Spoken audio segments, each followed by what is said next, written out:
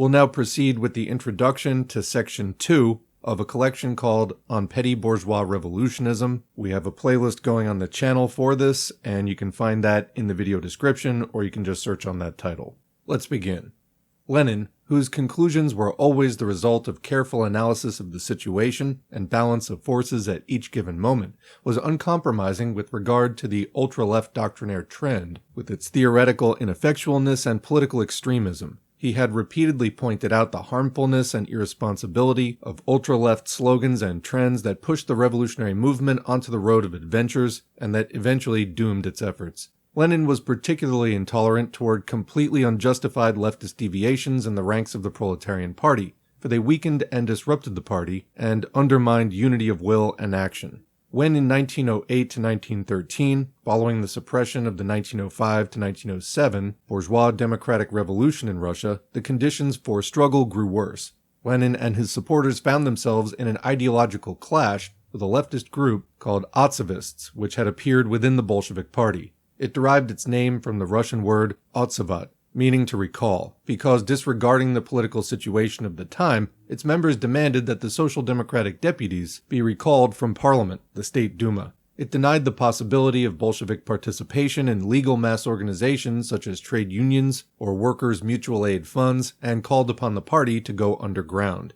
In Lenin's works of that period, the tactical principles of the Otsevists are subjected to thorough and well-reasoned criticism. Materials relating to this stage of Lenin's struggle against the pseudo-left are not included in this collection. Those who are interested in the subject are referred to Lenin's article, The Faction of Supporters of Otsevism and God-Building.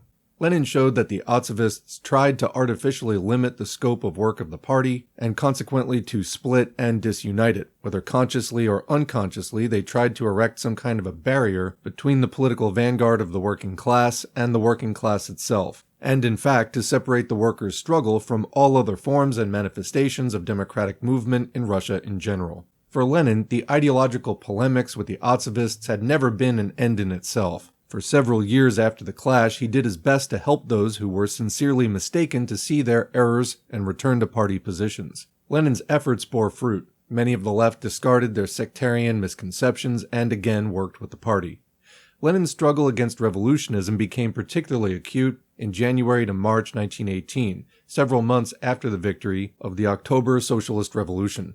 Russia was exhausted by the war which Germany unleashed against the Entente countries in 1914, and which lasted for more than 3 years. Russia's army had practically ceased to exist. Soldiers, victims of the imperialist war which was senseless and alien to their interests, were leaving the front on their own. Meanwhile, Kaiser Germany, taking advantage of the situation, was about to start a new offensive against Russian positions. A deadly danger hanged over the newly born workers' and peasants' state. In this grave situation, Lenin displayed qualities of a true statesman: political foresight, the scientific exactness of an analyst, and the flexibility and resourcefulness of a diplomat. Assessing the actual balance of forces, Lenin came to the conclusion that the gains of the socialist revolution could be upheld only if Soviet Russia signed immediately a separate peace treaty, even on the most onerous terms, with Germany and its allies, whose combined economic and military strength was immeasurably greater than that of Russia. On the other hand, Lenin was confident, and subsequent events showed that he was right, that only by protecting and preserving the world's first socialist state with all available means would it be possible later to build up the basis of the world revolutionary movement. This realistic position was vehemently attacked by a group of left communists within the party. Paralyzed by rigid theoretical and political thinking and a narrow dogmatic interpretation of revolutionary duty, they opposed Lenin's dialectics by engaging in unrestrained and irresponsible phrasemongering. Proceeding from the dangerous assumption, the worse the better, they called for open military confrontation with world imperialism, that is to say, for a continuation of the World War, which according to their blueprint should trigger off a world revolution. Clinging to a false alternative, either a world war or death of the revolution, the left communists did everything to wreck the peace negotiations that had gotten underway in the town of Brest. Without taking the trouble to investigate the real situation and overestimating the strength of the revolutionary movement in Austro-Hungary and Germany, the left communists held that a confrontation between the Soviet Republic and the hostile capitalist world would be of short duration, and that the Russian Revolution would find response among rebel movements in many countries any day now. Thus it was said, the continuing German offensive presented no danger if the revolutionary people of Russia devoted all their energy to waging guerrilla warfare in the enemy rear. In other words, if socialist Russia perished, there would appear other centers of revolution. In those tense months, Lenin showed great self-command and patience, and tried to bring to reason the left communist leaders and those rank-and-file party members who had fallen under their influence. He explained the danger inherent in their policy and urged them to abandon it so that at some future time, people will not say of us a bitter truth that a revolutionary phrase about revolutionary war ruined the revolution.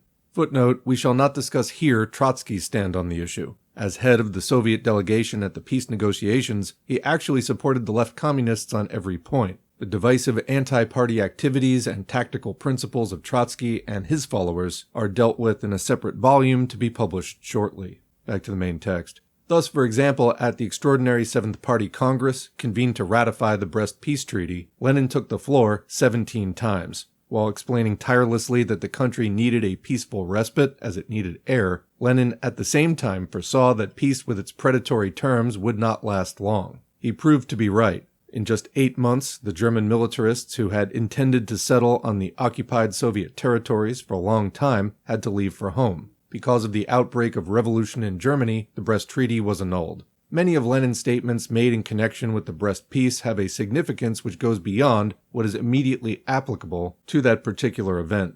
For it was in his polemic against the left communists that Lenin, going back again and again to the pressing tasks of the moment, showed the inevitability and expediency of peaceful forms of adjustment of interstate relations irrespective of the social system prevailing in this or that country. He was in fact outlining the basic foreign policy principles of Soviet Russia, and it was these principles that with time crystallized into the doctrine of peaceful coexistence. So just a comment, this document, as I mentioned, is from 1979, by which time substantial criticisms had been mounted against the USSR for engaging in what some called social imperialism, that is, still being a socialist state, but starting to slide back into characteristics of the next highest mode of production being imperialism. And in that debate and discussion, the notion of peaceful coexistence with imperialism was really contentious and formed arguably one of the kernels around which Soviet revisionism was based. When Lenin was alive, he did advocate a conditional kind of peaceful coexistence. In other words, if the revolution couldn't spread everywhere at once, then socialism would have to coexist